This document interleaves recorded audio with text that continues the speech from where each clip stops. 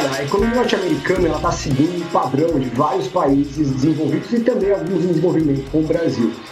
Desde o 2000, eles vêm aumentando muito o gasto, o déficit americano é cada vez maior e a dívida americana é muito alta, né? Hoje ela é mais de 120% do PIB. Ou seja, quanto que os Estados Unidos precisaria produzir tudo no ano, mais alguma coisa para pagar a dívida que ele tem hoje. Então é uma dívida muito alta. E essa dívida está cada vez mais difícil de ser rolada, porque os juros estão subindo. Então, os títulos americanos, ou seja, os títulos são um valor, né, que as pessoas pagam para emprestar dinheiro para os Estados Unidos. Então, eles compram títulos e esse dinheiro vai para o governo americano e com isso ele vai cobrir o déficit. E esses títulos, os treasuries, sempre foram considerados as coisas mais seguras que existem, né? O chamado AAA, né? Eles são AAA, eles são os ativos mais seguros do mundo. Então todo mundo, quando havia alguma crise, algum problema, se refugiava nesses títulos americanos. Só que agora, os Estados Unidos com uma dívida tão alta, com juros altos, inflação e com uma polarização política cada vez maior, as pessoas ficam mais receosas em emprestar dinheiro para os Estados Unidos. E agora, com essa negociação cada vez mais difícil entre o presidente e o Congresso, o receio que os Estados Unidos possa dar calote algum dia é cada vez maior. Ninguém segura essa dívida. No Terraço Cast número 402. Na vinheta inicial, você ouviu Ricardo Amud, professor de macroeconomia do IBMEC, falando à Record News sobre o que preocupa na dívida americana. Essa fala ocorreu 4 meses atrás, quando a dívida americana totalizava aproximadamente 31,5 trilhões de dólares. Guarde este número.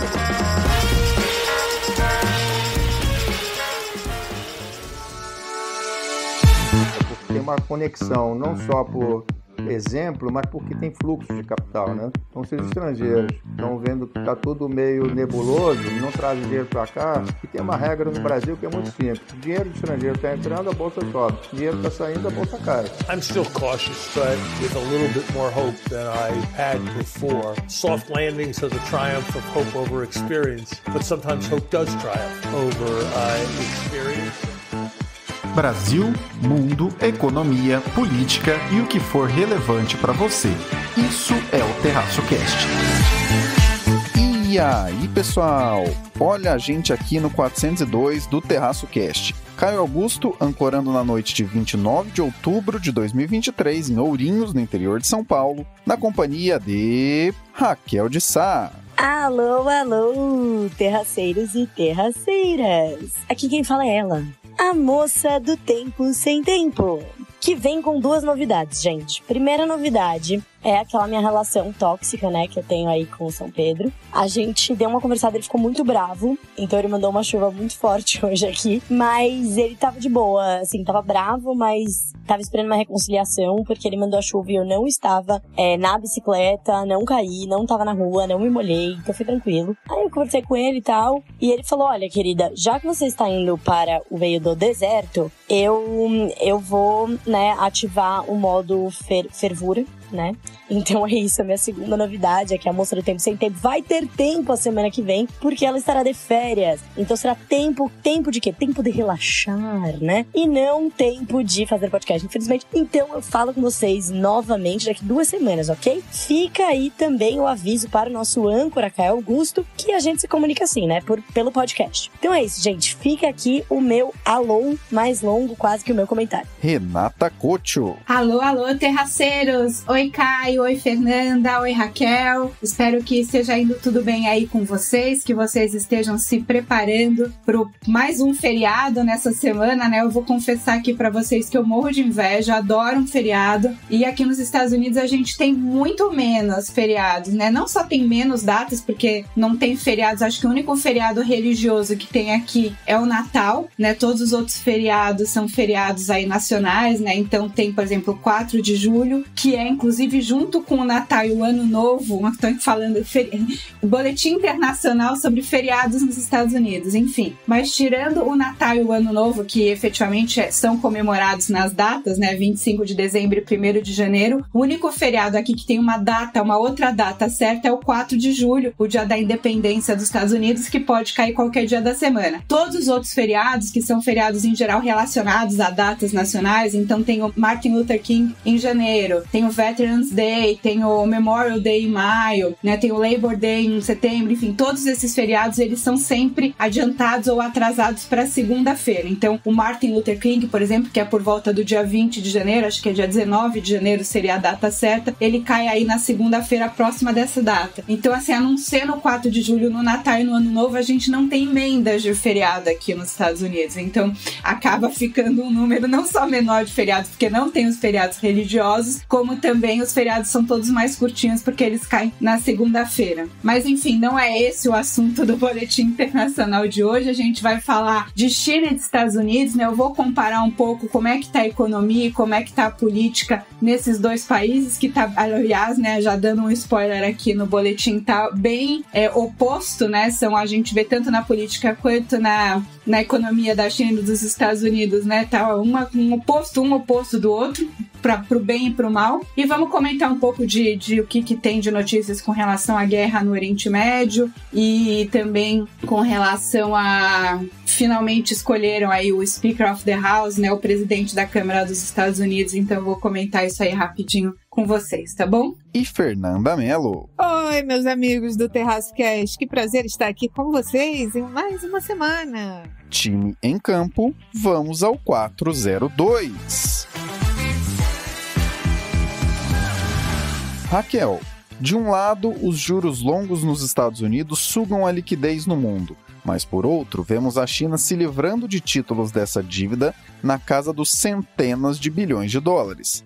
O que isso sinaliza para as relações geopolíticas tensas do mundo atual? Para onde está indo tanto dinheiro que aumenta a dívida americana nesse momento? E, aproveitando a pauta internacional, o que podemos esperar das eleições argentinas? Um ponto importante, gente, antes de entrar na pauta de hoje, tá? Lembrando aqui mais uma vez dos nossos queridos amigos lá do Petit Jornal, né? Que Daniel Souza joga Tanguy na pauta. O Caio Augusto faz a mesma coisa comigo, mas é online. E a questão é, ele me joga numas pautas meio maluca, mas o bom, devo agradecer aqui publicamente ao Caio Augusto, é que ele me joga numas pautas, mas ele me dá as informações. Então eu falo, mas Caio, o que eu vou falar disso? Ele fala isso.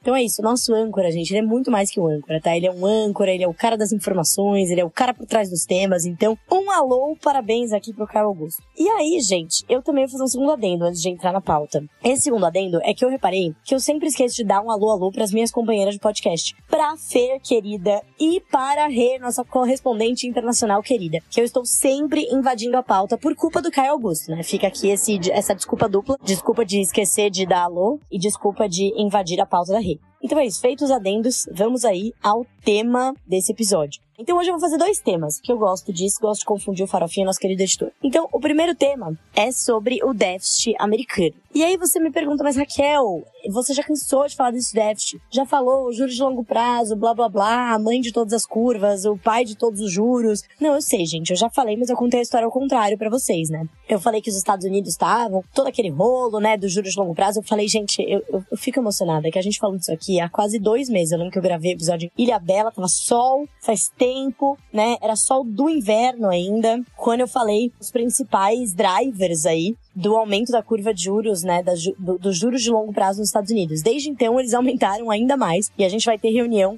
do FOMC, né, do FOMC, para Rê aí, né, para nossas gringas, que é o Comitê de Política Monetária do Banco Central Americano, e desde a última reunião deles, os juros de longo prazo de 10, 30 anos subiram mais de 100 bips, ou seja, eles foram de 3,80 e poucos para 4,90, chegaram a bater 5, voltaram um pouquinho. Então, assim, esse assunto tá ainda em voga, mas tudo bem, eu não vou falar dele pela 25ª vez. O que eu vou falar é do que tem por trás. atrás, né? Eu lembro que naquele episódio que eu gravei na Bela, eu falei de alguns motivos. Então eu falei de incerteza política, naquela época tava se discutindo ali a questão do orçamento, né? Que não tava votando o orçamento, tava tudo aquele imbróglio. Aí depois a Rei contou muito bem aqui pra gente, né? Sobre a questão do speaker, né? Do presidente da Câmara, que ficou um tempão aí sem ser escolhido. Também era um verdadeiro imbróglio. Enquanto não escolhessem o presidente da Câmara, não ia votar o orçamento, não ia votar porcaria nenhuma. Então, assim, de uma maneira geral, o impasse político, a incerteza política tem sim pressionado os juros de longo prazo lá nos Estados Unidos. Lembra bastante a gente aqui no Brasil, né? Eu acho que os Estados Unidos tá dando uma latino-americanizada, assim, né? Os caras acham que a gente é tudo exótico e aí resolveram fazer igual.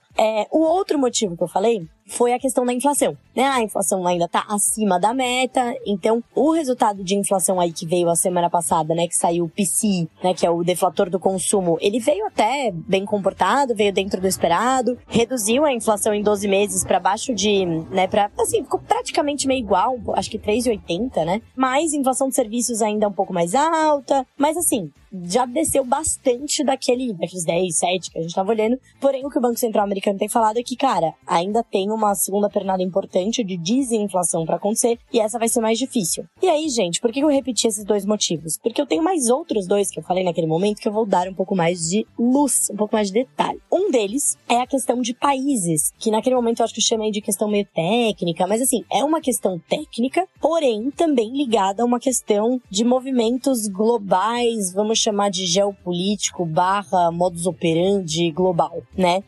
Vamos dizer assim, da distribuição de poder entre as nações. Bem aí, bem lembrando aqui meus anos de relações internacionais e de teoria da International Political Economy, que a gente falava muito da balança de poder internacional. Por quê? Porque a gente tá vendo uma grande venda de títulos americanos por parte de alguns países, principalmente a China. Então o que acontece, gente? A gente vê aqui a China, né, vendendo. A China eu não sei se ainda é, tá? Não conferi esse dado, mas ela era, até pouco tempo atrás, a maior emprestadora, né, o maior credor dos Estados Unidos. Eles tinham, a China tem uma grande reserva internacional, e essa reserva internacional era, na sua grande maioria, em dólares e títulos americanos, e consequentemente, né, como eles têm uma grande reserva e grande parte dela era em treasuries, né, em títulos americanos, eles ocuparam o lugar de maior credor da dívida americana por muitos anos. Eu não sei, de novo, eu não sei como é que tá essa situação agora. Fica aí a dica, Caio, pra você trazer essa informação quando você fizer a edição, tá bom? Obrigada de nada. Mas o que eu ia trazer aqui é que eles andam vendendo muito. Então, quando a gente olha aqui para um gráfico que o Caio fez a gentileza de me passar, a gente vê a mudança, a variação mensal do quanto que a China tem de títulos do tesouro, ou seja, tipo o nosso título do tesouro aqui, é tipo como se tivesse um monte de tesouro Selic lá, eles têm as Treasury Bills, né, dos Estados Unidos. Quando a gente olha o gráfico da variação, a gente vê que nos últimos meses teve uma queda, assim, na verdade no último ano, é só queda. A gente teve um mês de alta, depois queda, redução. Ou seja, eles estão vendendo muito. Parte desses títulos está vencendo e parte eles não estão comprando mais títulos americanos, estão comprando outras coisas e parte eles estão realmente vendendo. Só em agosto, eles jogaram ali 16,4 bilhões de dólares em treasuries, né, em títulos da dívida americana no mercado. Desde o pico, que foi há 10 anos atrás, bem interessante pensar isso, porque foi exatamente a época que eu estudei isso no meu mestrado, que eu estudei em Economia Política Internacional, que era isso, né, da China ser o grande credor e tal, e faz 10 anos, então não sei me expectar as coisas. Mas desde uma década atrás, quando atingiu o pico, a China já se desfez de mais de 500 bilhões em treasuries americanas. E o que isso tem a ver com o que eu tava falando, né, da taxa de juros, blá, blá. Bom, as treasuries, né, são os títulos da dívida americana, então quando a gente fala do retorno da taxa das treasuries, a gente tá falando dos juros de longo prazo, ok? Mesma coisa, sinônimos, é isso. E é só imaginar como qualquer bem, gente, o serviço. Se você tem a China que tá se desfazendo desses títulos, tem mais títulos no mercado. E quando você tem mais de alguma coisa, o que acontece? O preço cai. Quando o preço cai, a taxa sobe, né? Então tem uma relação inversamente proporcional entre a taxa e o preço de títulos de renda fixa. Isso não acontece só no Brasil. Por quê? Porque é uma história que eu demorei muito pra entender, então eu vou tentar explicar aqui, que é o que acontece, né? Como o título de renda fixa, ele paga um valor de face, você compra, ele vai te pagar um valor em dinheiros, um valor fixo ali na data de vencimento. Se a taxa de juros, né? Se esse preço cai, o preço que você paga hoje por esse título vai te pagar um valor de face lá, vamos supor que seja $100, né? E você paga hoje $10, a taxa de juros em 10 anos, ela tem que ser o equivalente para te pagar a $100 lá no futuro. Se o preço caiu e você pagou hoje $2 por esse título, o que acontece com essa taxa para te pagar 100 lá no final? Ela tem que ser maior, certo? Porque hoje foi mais barato. Então é exatamente isso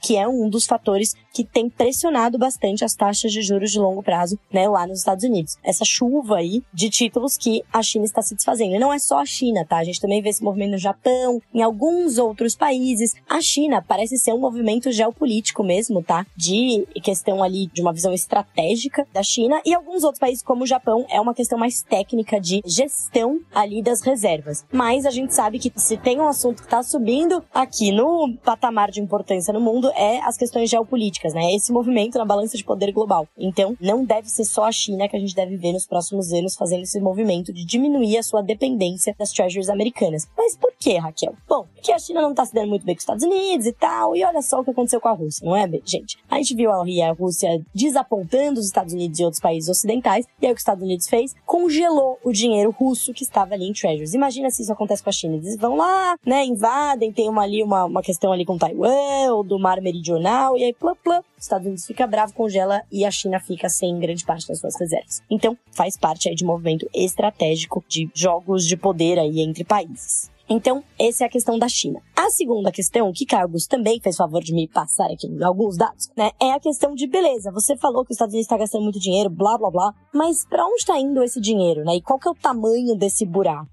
Né? Parte desse dinheiro foi o que eu falei no episódio passado, que eu falei da guerra, né? Então, os gastos com defesa, os gastos militares, e aí também isso inclui gastos para outros países, no caso aí a Ucrânia e Israel, né? São grande parte disso. Por isso que eu falei que um dos impactos da guerra lá no Oriente Médio poderia ser, né? Estava inclusive sendo de aumento dos juros de longo prazo nos Estados Unidos. O que é muito louco, porque deveria ser o contrário. Quando tem momento de aversão ao risco global, as taxas de juros de longo prazo nos Estados Unidos tendem a cair, porque todo mundo corre para os ativos mais seguros, né? E aí o preço deles sobem. E aí, o preço sobe, a taxa cai. É o contrário. Mas isso não aconteceu, porque muita gente aí associou o maior gasto público e todos esses movimentos que eu tô falando. Mas não é só de gasto militar que é composto o déficit americano, né? Pra vocês terem ideia aqui dos números, em 2023, os Estados Unidos já tá rodando num déficit de 1,7 trilhões de dólares. Mas tem uma questão técnica, tá? Nessa projeção de déficit. Essa questão técnica é que, lembra aquele pacote de perdão de dívidas de estudantes, tal, que o Biden, ele propôs, só que daí a Suprema Corte falou que não ia rolar, que não podia dar esse perdão. A gente teve só um adiamento dos pagamentos que fez parte ali do programa da Covid. Porém, esse perdão não aconteceu. Só que ele entrou o ano passado como déficit, então era 300 bilhões. E daí esse ano, o Tesouro considerou como uma economia. Então, na verdade, tem uma certa...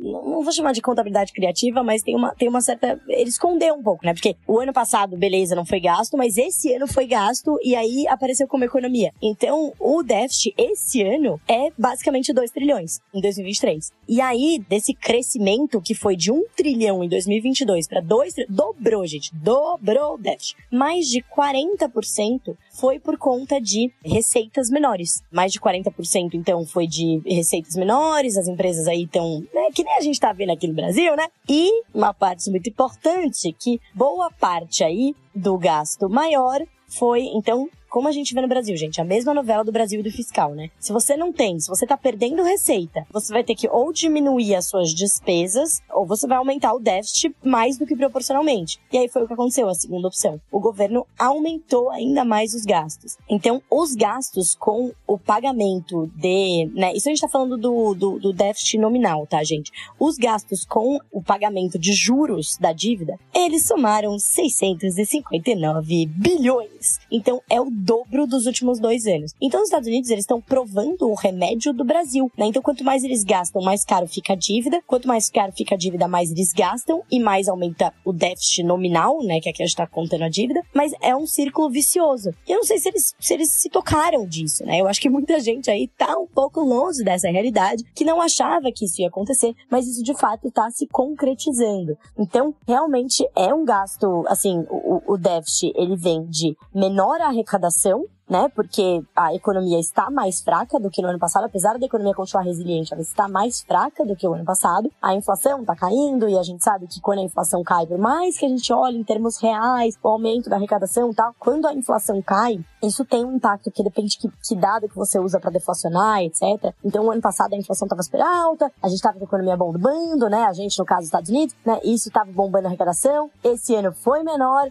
Esse ano o governo está pagando muito mais ali em gastos com a dívida e, claro, todos os gastos, né, fiscais aí que foram anunciados pelo governo Biden. Inclusive o Inflation Reduction Act, né, que aparentemente é um programa para reduzir a inflação, mas tem um monte de gasto lá dentro. E aí, gente, apesar de eu não ser uma especialista, longe de ser uma especialista em contas públicas americanas, só colocando alguns números aqui para referência. O déficit, praticamente 5 vezes mais alto do que o total de todo o imposto pago pelas empresas americanas. Ele é basicamente igual todo o imposto coletado, imposto de renda, né? E ele é 25% mais alto do que todos os gastos aqui com Social Security, né, com Previdência.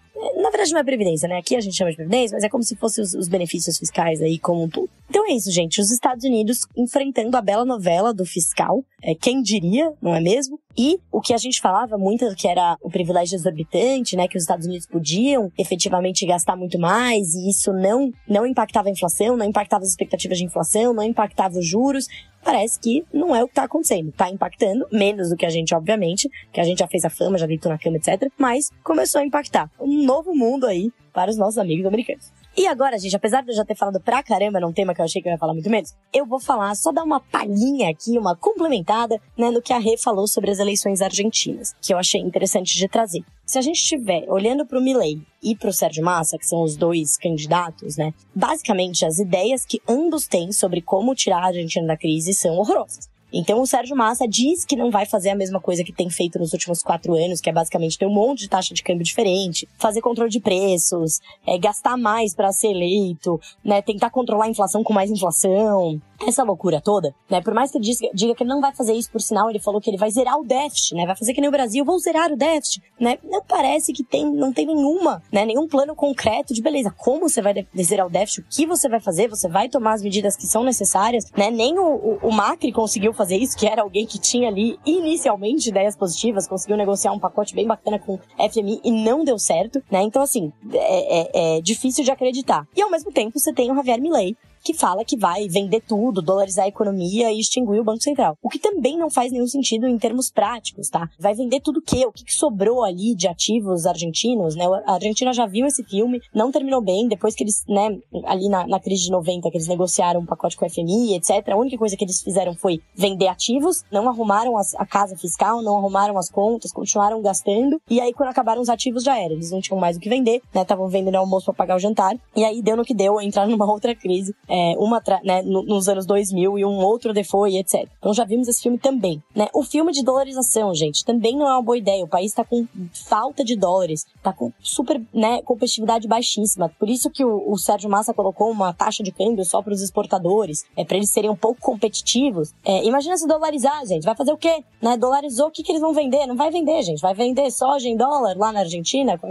Não vai rolar. Vai acabar com o problema da inflação? Vai, mas não vai ter mais dinheiro. E aí como é que eles não vão ter autonomia nenhuma de política monetária, não vão poder mexer nos juros, mexeu a taxa de juros de longo prazo lá, mexeu na Argentina. Então, assim, são ideias muito, não diria heterodoxas, mas meio maluquinhas mesmo, né? Porque não tem nenhum plano de voo, né? Só tem, assim, ideias no papel. É mais uma coisa idealizada do que uma ideia, efetivamente, do que um plano. Então, assim, eu acho que ambos os candidatos que estão aí para o segundo turno não apresentam, né? Nenhum deles apresenta um plano factível. A situação não parece ser muito positiva aí, olhando pra frente na Argentina. Mas, quando a gente compara, pelo menos, o que os dois têm falado em termos de relação com o Brasil, pode ter uma diferença. E essa diferença pode ser pior, né, se a gente estiver falando aí do Milei, né? Por quê? Apesar de o Sérgio Massa, como eu falei, ter falado tudo isso, né, provavelmente não vai acabar com a crise na Argentina e tal, ele pelo menos, né, é uma pessoa que parece que manteria o status quo em termos de relação comercial com o Brasil, né, vai manter o Mercosul, tentar dar uma negociada. Muita gente fala aí que o Sérgio Massa é de esquerda, mas assim, o peronismo tá longe de ser assim a esquerda, a direita do Brasil, que a gente gosta de simplificar, que nem aqui é simples, mas a galera adora. E pra quem quer saber mais sobre isso, fica aqui o jabá novamente pro Preto Jornal, porque eles fizeram um episódio excelente com o Ariel Palacios, foi incrível. incrível. Eu tinha ouvido também o episódio do assunto com a Renata Lopretti, com o Ariel Palácio, que já foi muito bom, mas esse Petit Jornal foi super, enfim, uma aula de política argentina para quem tiver curiosidade de saber mais sobre o Partido Peronista e etc.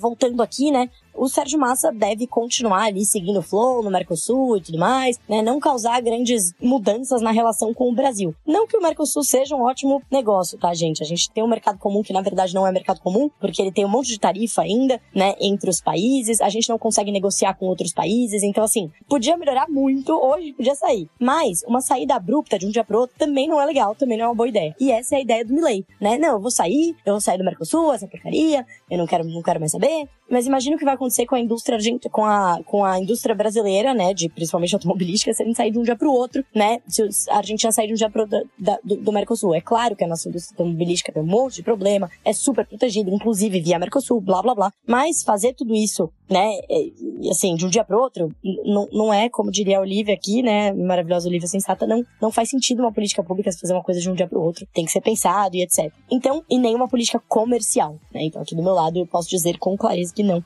Nenhuma política comercial feita de um dia pro outro vai trazer mais benefícios do que malefícios aí. Então, assim, sair do Mercosul não seria bom pra exportação brasileira e pode ser ainda pior pra Argentina, tá? Que já não tem competitividade, já se salva ali exportando aqui um pouco do Brasil, importando sem tarifa. Imagina eles com a economia dolarizada tentando exportar com tarifa. É assim, meu senhor, o que está acontecendo, né? Então, também pro Brasil, parece que a opção Milei, se for o que ele está falando, né, não parece ser a melhor, mas a do Sérgio Massa também não é boa. Então, tá aí, né, entre a cruz e a espada, aguardemos as cenas dos próximos capítulos. Seleção de pautas do Terraço Cast é um eterno se vira nos 30 misturado com aqui só damos o frio conforme cobertor. Mas no fim das contas dá tudo certo, como vocês bem sabem. Raquel apresentou a questão de maneira bastante ampla a respeito da dívida dos Estados Unidos e pontos agregados. E você que sempre nos ouve provavelmente já ligou alguns desses pontos. A grande verdade é que a retirada do teto de dívida no Tio Sam e a fé em uma economia que nunca deu calote estão formando uma combinação perigosa. Basicamente, todo dia algum programa novo para salvar o mundo em alguma parte distante é apresentado ao custo de alguns bilhões de dólares. E diariamente, não é exagero, é literal o que estamos falando agora, pelo menos mais uns 10 bilhões de dólares são adicionados à dívida americana.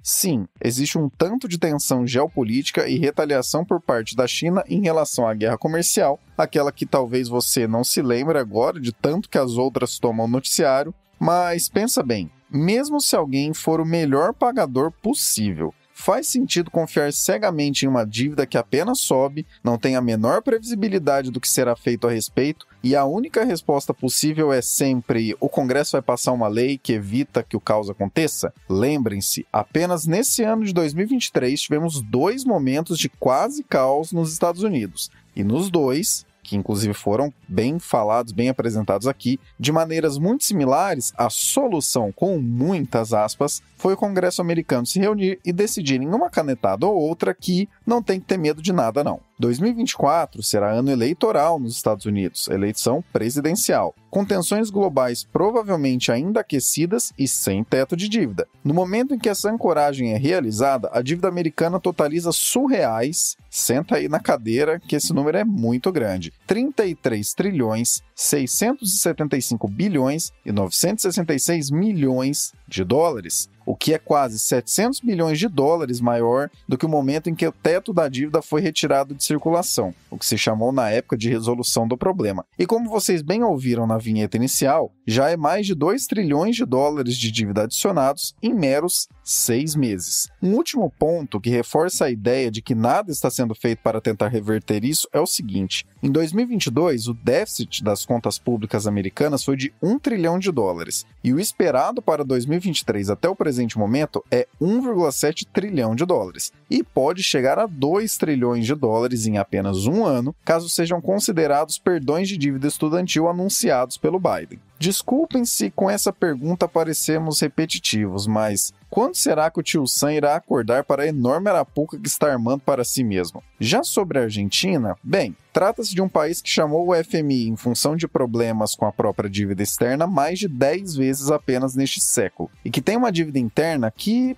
não vale nada, né, já que a inflação supera 100% ao ano. Só quem não entende isso é o pessoal do, abre aspas, ninguém quebra com dívida na própria moeda, fecha aspas, mas isso não surpreende ninguém. A diferença, como bem trazido pela Raquel, entre os dois, né, que estão ali no segundo turno, o Massa e o Milei, é na relação com o Brasil mesmo. Não se trata de algo como se um ganhar o país decola e se o outro ganhar tudo afunda. O buraco já é bem profundo e não existe nenhuma mágica para sair disso. Quem vem de solução mágica em pleno caos está apenas querendo enganar bobo. E como bobo não falta nem no Brasil nem na América Latina, a empolgação segue sendo atoada dos dois lados, inclusive essa é a parte mais surreal. O que vale ficarmos de olho como brasileiros nesse cenário é o quanto nossos irmãos decidirão pelo voto sobre o futuro da Argentina em relação ao resto do mundo. Só não se esqueçam jamais de uma questão importantíssima. Quem já está em situação deplorável e decide que a grande solução é se isolar em nome de alguma ideologia, qualquer que seja ela, costuma encontrar uma realidade ainda mais tosca do que a que vive. A Argentina, enquanto você ouve esse episódio, literalmente passa até por escassez de combustível nos postos, porque não há dólares suficiente para importar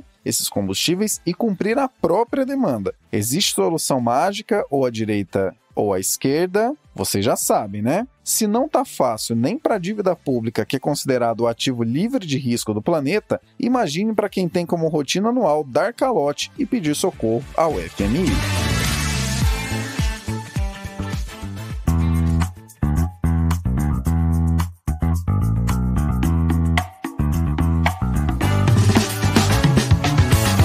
Você encontra todas as contas oficiais do Terraço Econômico na nossa Linktree. E se você não for fã de redes sociais, pode colocar seu e-mail no nosso mailing e receber nossa newsletter semanal, a Reflexionários. Além do mais, lá estão também nossos 2 e-books e algumas parcerias que temos. Então, para resumir a ópera, não deixe de conferir para nos acompanhar da melhor maneira que você... para resumir a ópera, não deixe de conferir para nos acompanhar da melhor maneira que você preferir.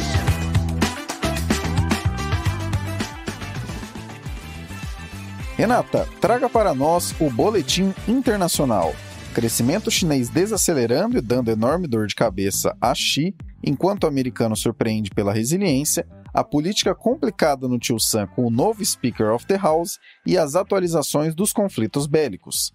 Bom, vamos começar aí falando, né, de economia, de China, dos Estados Unidos. O Caio pediu para eu focar na China, mas eu acho que a gente tem que falar dos dois, porque acho que até a dinâmica é mais interessante. Até porque a gente já falou também um pouco de, algumas vezes aqui, de economia chinesa e o quanto que deu uma desacelerada, né? A China vem com esse crescimento espetacular nas últimas décadas, né? O Xi Jinping aí começou o 3º mandato, é o presidente da China, né, ou líder da China, ditador da China, né, como queiram aí, né, mais poderoso desde Mao Tse-tung, mas a China, desde a pandemia, deu uma desacelerada no crescimento econômico, né, a China, como vocês sabem, né, teve toda aquela política, né, de tolerância zero com o Covid, foi o último país, talvez, a voltar, né, que a gente chama, né, de voltar da pandemia, quer dizer, diminuir todas as medidas restritivas, ou retirar as medidas restritivas, acabar com o lockdown, tudo isso que a gente sabe, né, tem um efeito bastante importante na economia. E isso veio também num cenário aí bastante conflituoso, né, internacionalmente, um cenário geopolítico complicado, em que a gente tem a guerra na Ucrânia, a guerra no Oriente Médio, né,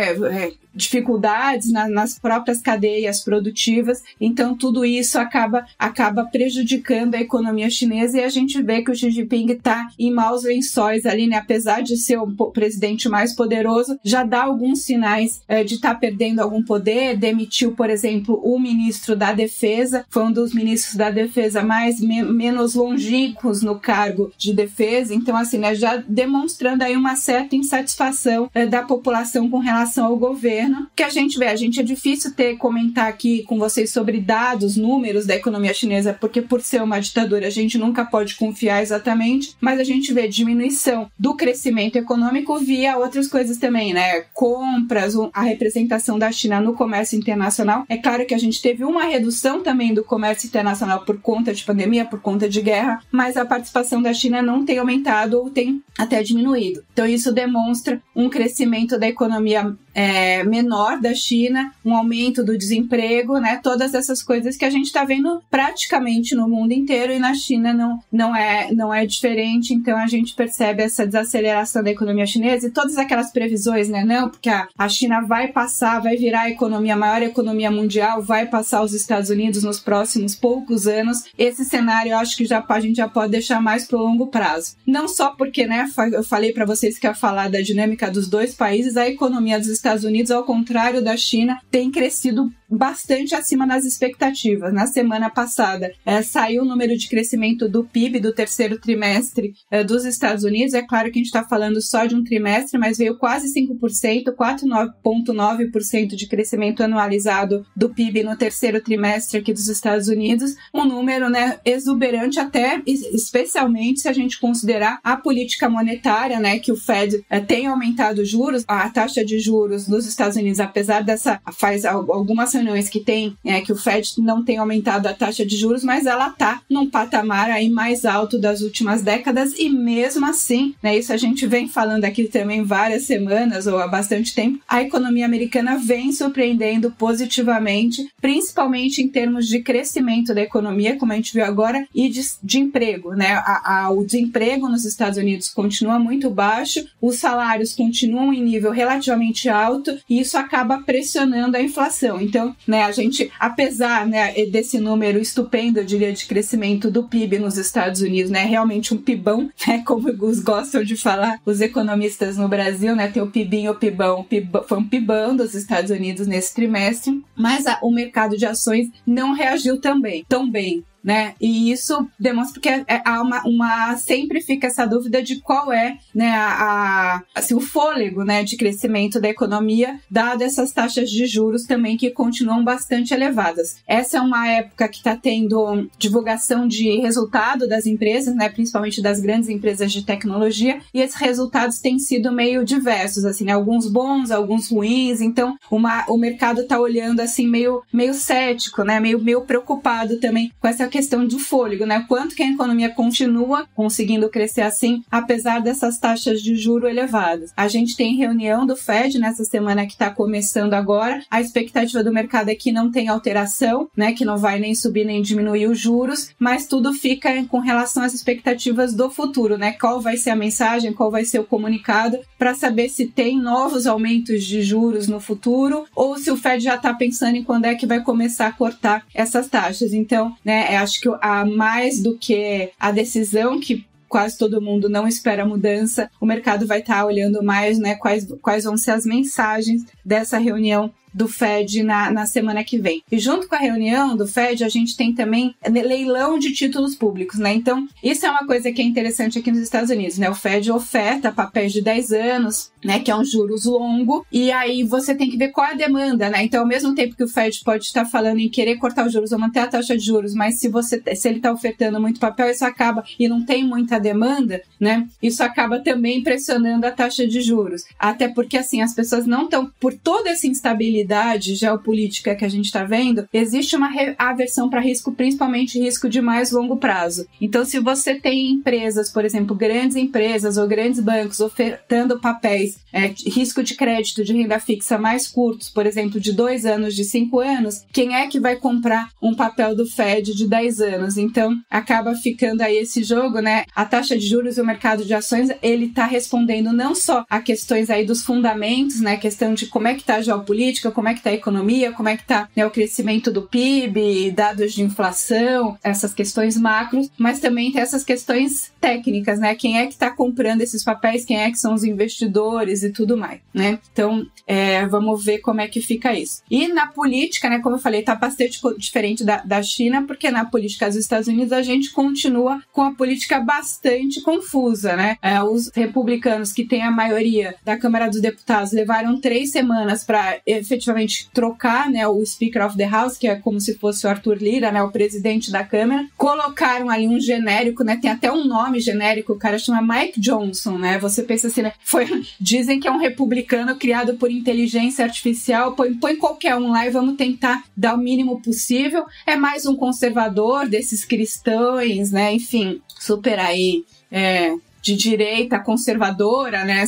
Enfim, esse movimento que a gente está vendo ultimamente, mas é uma pessoa ali que meio que insignificante ou com pouco poder político, né? É isso que você vê, né? A bagunça, né? A Câmara dos Deputados escolhe um presidente da casa de uma minoria mais radical, né? Para poder atender essa minoria mais radical, mas é uma pessoa que no fundo acaba sendo fraca porque não tem muita representatividade entre os próprios colegas, mas era o que conseguiu convencer a parte mais radical do partido a voltar e aí eleger efetivamente um presidente da Câmara. Então é meio louco isso, porque, né, acaba sendo uma pessoa, um genérico aí, mas meio fraco. Até o nosso Jorge Santos, né, a Kitara de Niterói, que é aquele brasileiro americano que foi eleito deputado, falou que ele poderia também ser presidente da Câmara, porque afinal ele sabia andar e mascar chiclete ao mesmo tempo. Ele é tão maluco que o jeito que ele falou, na verdade, ele falou mascar e andar, sei lá, ele falou de um jeito que nem disse, né, andar e mascar chiclete, sei lá. Enfim, o cara é totalmente maluco e não foi ele, é o Mike Johnson. Temos aí um novo speaker. E de guerra, né, as notícias, infelizmente, continuam sendo bem ruins, né? A gente teve o início da invasão por terra de Israel na faixa de Gaza ontem. Ainda a gente tem poucas notícias a respeito de efetividade, tanto de efetividade deles terem matado ou capturado terroristas do Hamas. A gente não tem notícias nem do sucesso dessa operação, nem do número de feridos, né, ou mortos e feridos entre soldados dos dois lados e principalmente entre civis, que é a principal preocupação humanitária. Então continua a situação bem confusa lá no Oriente Médio, uma situação que infelizmente, na minha opinião, deve se prolongar. Eu não acho que vai ter uma solução rápida, né? O Conselho de Segurança da ONU continua totalmente disfuncional, né? Cada um que apresenta uma proposta, o outro veta. Então, os Estados Unidos apresentam uma proposta, a Rússia veta, a Rússia apresenta uma proposta, os Estados Unidos veta, o Brasil apresentou uma proposta ali um pouco mais moderada, mas puxando para o lado, né, da Rússia, da China, da Palestina, tanto é que os Estados Unidos vetou, enfim. Não gosto de ficar dando muita opinião com relação a isso, mas o fato é que não se chegou, independentemente da minha opinião, né, não se chegou a um acordo e continua meio que inútil essa parte do Conselho de Segurança. E vamos ver que torcer para essa guerra seja o menor possível, com o menor número de mortes possíveis, e que aí sejam, né, libertados os reféns que estão em poder do Hamas, e que as pessoas na Palestina também possam voltar na faixa de Gaza, enfim, voltar a viver de maneira mais tranquila, digamos assim, né? Boletim internacional cheio, bem recheado, neste episódio 402. Vamos lá. A integração entre os movimentos de crescimento de China e Estados Unidos realmente é fascinante, duplamente. Enquanto a potência asiática segue desacelerando, dentre outros motivos, pela redução de investimentos do mundo inteiro lá e o espalhamento desses investimentos pelo mundo, reshoring, nearshoring, você já sabe. Os Estados Unidos aparentam todos os sinais de fervura nesse crescimento, deixando muita gente pensativa sobre até quando esse crescimento acontecerá. Do lado chinês, a não confiabilidade ou, no mínimo, incapacidade de conferência nos dados deixa tudo em uma área cinzenta. E no Tio Sam, os dados apontam praticamente todos para um período de recessão virando a esquina. Mas, paradoxalmente, essa recessão não acontece nunca. Na verdade, o crescimento só tem surpreendido. O ponto que mais faz pensar é o seguinte: caso essas duas economias aprofundem a desaceleração nesse próximo ano, como fica a expectativa global de teoricamente se guiar por algum desses dois crescimentos para tentar entender qual será o rumo do todo? Nos Estados Unidos, a definição do novo Speaker of the House, que passou inclusive por esse momento bizarro aí do Jorge Santos, né, o congressista brasileiro que tá dando que falar lá nos Estados Unidos, sugerindo, né, que talvez ele poderia ser esse novo Speaker of the House, mas no final das contas acabou não sendo. Esse Speaker of the House novo, que é genérico e pouco representativo, como bem foi pontuado pela Renata, é apenas mais um capítulo do caldeirão de complicações políticas que, pelo que tudo indica, deve alcançar novos patamares na eleição presidencial do ano que vem. Se já é complicado lidar com desaceleração, recessão e questões do tipo quando existe minimamente alguma liderança que encaminhe proposições, imagine o caos de passar por períodos turbulentos sem concordância em pontos básicos. Para vocês terem uma ideia, inclusive, isso é um ponto muito importante de ser lembrado. Os republicanos, eles têm a maioria das casas legislativas e nem por isso eles conseguiram, vamos dizer assim, chegar em um consenso mínimo de quem seria o republicano representante ali como Speaker of the House. Imagine você ter a maioria e nem assim isso significar que você chega em algum consenso. Em um lugar que você tem 2 partidos, né, com representação na Câmara, os democratas e os republicanos. Esse é o nível da tensão política nos Estados Unidos, com a eleição presidencial batendo a porta em 2024. Olha só que loucura que está acontecendo por lá. E, enquanto isso, o conflito Israel-Hamas segue adiante, com pouquíssima concordância diplomática a nível de ONU e também, infelizmente, com pouca possibilidade de redução de tensões bélicas ali no conflito armado em si. Se as coisas irão escalar com a chegada maciça de ajuda de aliados de cada uma das partes, a gente ainda não sabe, ainda vale observar, e reforço aqui o recado, o Petit Jornal está fazendo um trabalho muito importante, muito sério de acompanhamento dessas questões, vale a pena vocês acompanharem os trabalhos realizados pelo Daniel e pelo Tanguy, mas é importante ressaltar que a redução das tensões, que seria o melhor caminho, pelo visto, infelizmente, muito infelizmente, não aparece no radar de possibilidades, ao menos não no curto prazo.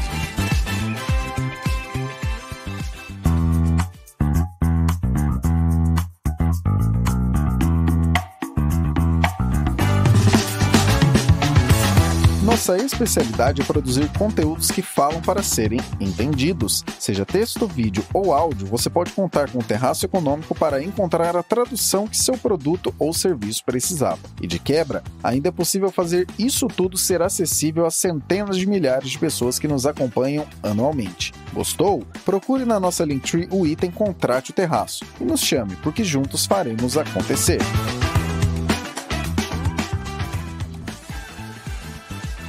Fernanda, um estudo de caso recente apontou que se a metodologia DRG tivesse sido utilizada, teríamos reduzido o custo de atendimentos de saúde aqui no Brasil. Conte mais sobre isso e como isso pode impactar o futuro do setor. Oi, Caio. Olha, para o tema de hoje, a gente buscou uma forma diferente de tratar da questão fiscal, porque acaba tudo desembocando ali, né? E, para além das pesquisas que eu costumo fazer em artigos, em publicações, etc., hoje eu busquei falar com pessoas que estão ali no front, sabe? No dia a dia, para ajudar a gente a enriquecer a nossa visão. E o tema de hoje são os gastos com saúde. Se a gente for ver, os sistemas de saúde do mundo todo gastam muito dinheiro com saúde. De acordo com a OMS, a Organização Mundial da Saúde, e os dados do Banco Mundial, em 2012, os Estados Unidos gastaram cerca de 17,9% do seu PIB, o que dá mais ou menos 2,9 trilhões de dólares só na saúde.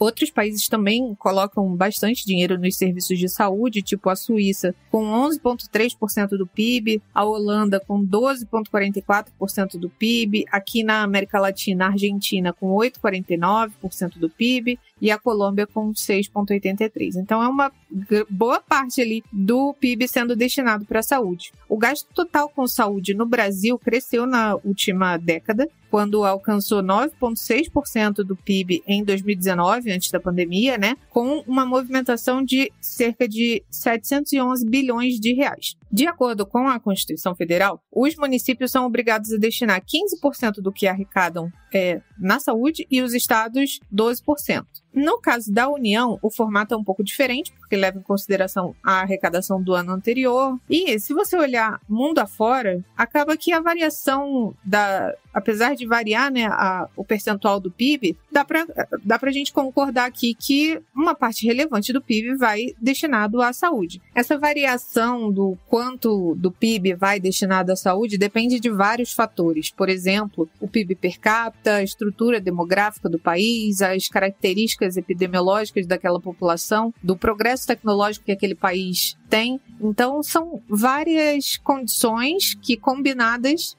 permitem que os tomadores de decisão decidam o quanto vai destinado à saúde. E para gastar tanto dinheiro assim, a gente espera que o atendimento médico seja muito bom, né? Que o dinheiro seja bem usado. Só que tem um porém. A informação sobre os serviços de saúde não é perfeita ainda, né? Ela não é padronizada. Cada hospital ou médico tem seus dados e os gestores vão tomando decisões sem um padrão definido de informação para olhar os dados agregados, né? Então, uma das características dos serviços de saúde, não só aqui no Brasil, mas no mundo todo, é a heterogeneidade das informações. E como vocês bem sabem, o que não pode ser medido não pode ser melhorado. Então, esse problema de falta de padronização deixa difícil estimar o desempenho dos prestadores e aí existe uma dificuldade de estimar os próximos gastos, né? E a alocação desses gastos. Aí entra em cena o DRG, que é uma sigla em inglês para Diagnosis Related Groups, que é um jeito de classificar pacientes em grupos baseado no tipo de doença e nos custos do tratamento. O DRG foi criado nos Estados Unidos em 1977, então não é algo recente. Mas é recente que haja a discussão aqui no Brasil sobre a implementação disso no SUS. E o DRG ajuda a entender como os hospitais tratam os pacientes em casos de emergência, ou seja, quando a pessoa fica no hospital por até 30 dias. E o grande lance do DRG é botar os pacientes parecidos juntos, levando em conta a doença e o dinheiro gasto. Isso permite comparar os hospitais e ver se eles estão fazendo um bom trabalho pelo que está custando. Aí dá para entender melhor a utilização dos recursos baseada aí nessa uniformização, digamos assim. Se aqui no Brasil o SUS adotar o DRG em todo o país, pode ser uma solução para dar mais acesso ao sistema público de saúde sem gastar mais, né? Seria uma alocação mais inteligente. É tipo evitar gasto desnecessário, sabe? Então, conforme mostrou um artigo que a gente discutiu aqui essa semana, da consultoria Caravelas, um estudo realizado pela plataforma Valor Saúde Brasil apontou que 50,3% das diárias hospitalares, ou seja, metade, um pouco mais da metade, das diárias hospitalares consumidas na assistência ao paciente poderiam ter sido evitadas. Para chegar a esse resultado, foram analisadas 1,3 milhão de internações ocorridas de novembro de 2021 a outubro de 2022, tanto no SUS quanto na saúde suplementar. No ano de 2022, o SUS internou 12.370.295 pessoas. Se houvesse a contenção desse desperdício, 6.185.147 cidadãos poderiam ter sido internados nos leitos disponibilizados. Então, ciente desse alto desperdício de recursos em hospitais públicos e dos riscos da sustentabilidade do SUS, o TCU, o Tribunal de Contas da União, publicou em 2021 uma análise do relatório de acompanhamento das atividades do Ministério da Saúde quanto ao monitoramento e avaliação do desempenho do SUS, com ênfase em unidades hospitalares. E entre as recomendações está ali o uso do DRG para identificar os problemas e os desperdícios no setor. Para a gente ter uma ideia disso na prática, os governos de Minas e do Espírito Santo estão cientes dos benefícios do DRG para o sistema de saúde público e estão incentivando o uso do DRG. Em Minas, tem o projeto Otimiza SUS, que faz parte da política de atenção hospitalar de Minas, chamada Valora Minas. E eles estão incentivando, né, colocando pilha ali para que se adote esse método de análise. E cerca de 144 hospitais em Minas, que atendem pelo SUS, estão nessa, ou seja, eles recebem incentivo para adotar o DRG. Ter informações de qualidade, tanto econômicas quanto assistenciais, aumenta o poder preditivo, facilita a tomada de decisão. E se não houver um ajuste da metodologia DRG para o Brasil, existe um grande risco de ou de superdimensionar, né, a necessidade dos recursos. Eu sei que em economias mais avançadas, como nos Estados Unidos, já é difícil predizer. E conversando com alguns amigos que trabalham no SUS, eles me contaram, digamos, brasilidades que os gringos não estariam acostumados. Por isso, a necessidade de adaptar essa metodologia para a realidade brasileira. Por exemplo, conversando com a minha amiga Ana Luísa, que é enfermeira há muitos anos no SUS e acabou de se mudar para a Alemanha, ela comentou que, assim como nós economistas falamos, né, depende, na área da saúde também depende. Porque se a gente olhar só a saúde física, é uma coisa, mas se considera tudo que uma alta carrega consigo. Tem gente que interna de um jeito e sai de outro. Aí como que o médico vai dar alta para um paciente que foi amputado, por exemplo, e não tem uma casa acessível? Como que se dá alta para alguém que precisa fazer diálise em domicílio se não tem estrutura de diálise em domicílio? Se o material não foi entregue para fazer em casa? Então, se considerar o que foi preciso para manter essa pessoa como desnecessário, os critérios precisam estar relatados, porque, no final das contas, a equipe de saúde vai entender o paciente nas suas necessidades totais, porque estar saudável não é a mesma coisa que estar curado da doença, né? Significa que é preciso olhar o bem-estar biopsicossocial, econômico, a segurança alimentar, o acesso para a manutenção da saúde daquele paciente que teve alta. Então, por isso é muito importante a gente ouvir quem está no front. Eu acredito que metodologias como o DRG podem ser uma forma de otimizar a alocação de recursos para o SUS, mas é importante ter essa prudência, né, de não olhar friamente para os dados. Meu amigo Tiago, que é médico anestesista no SUS, comentou que já viu uma paciente neuropata, já adulta, viver num leito de CTI do Hospital Estadual Azevedo Lima, lá em Niterói, por 1 década, até falecer, porque a família não tinha condições de cuidar da paciente e ela dependia de ventilação mecânica.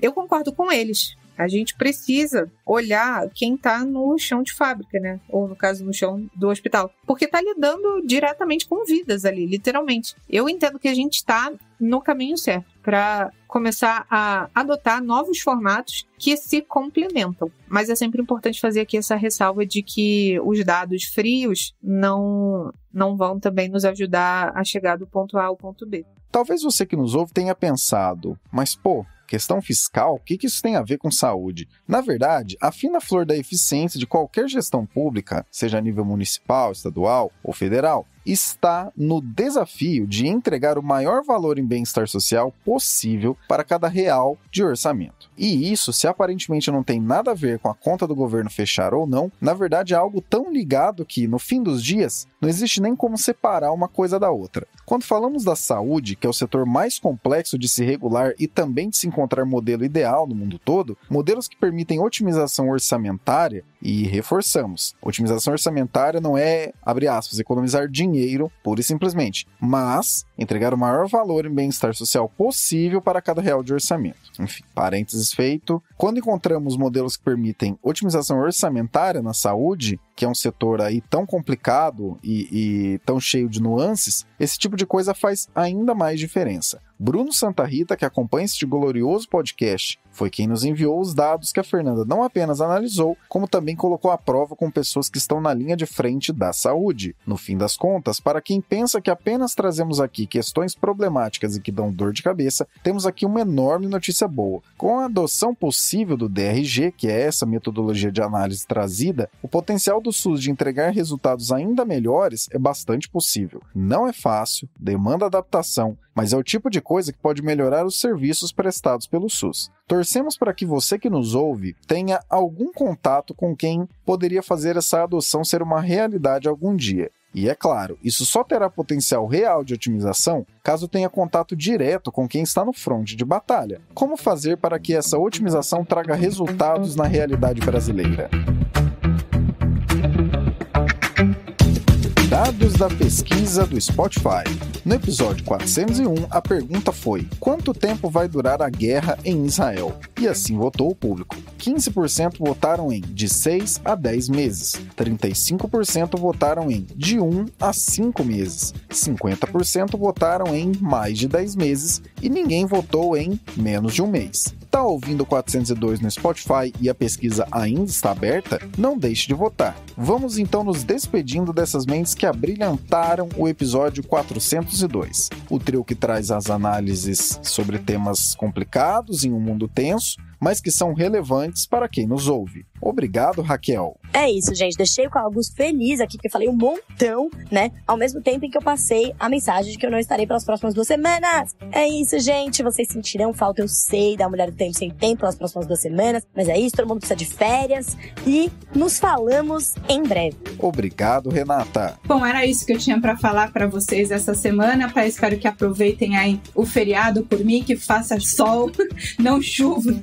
Não chuva, principalmente que o pessoal que vai pra praia, né? O paulistano não costuma costuma dar muita sorte. Eu espero que vocês de São Paulo, pelo menos que é a minha terra, possam aproveitar aí um feriado com som, tá bom? Era isso. Semana que vem eu volto com mais notícias no Boletim Internacional. Beijão e até lá. E obrigado, Fernanda. Obrigada, Caio. O tema de hoje foi bem atípico, né? Mas é muito interessante a gente sempre olhar aí tudo que envolve a questão orçamentária, né? E estamos juntos nessa, meus amigos. A gente se fala na semana que vem. Vocês sabem que podem me encontrar lá no @sigafefa em todas as redes sociais. E é isso, um grande abraço. Valeu! Obrigado também ao Bruno Santa Rita, que enviou este tema pra gente. Se você nos acompanha, tem alguma fonte de dados, tem algum estudo de caso que você acredita que agregaria pro público como um todo, pode entrar em contato com a gente, manda pra gente que pode ser que o dado, o tema, o levantamento que você trazer pode acabar aparecendo aqui em algum dos episódios do glorioso Terraço Cast. Quem gosta do Terraço Cast, traz mais gente para ouvir. Não deixe de enviar esse episódio para quem você acredita que precisaria saber mais sobre o que tratamos aqui. Abraços pelas ondas sonoras, continuamos a prosa no próximo episódio.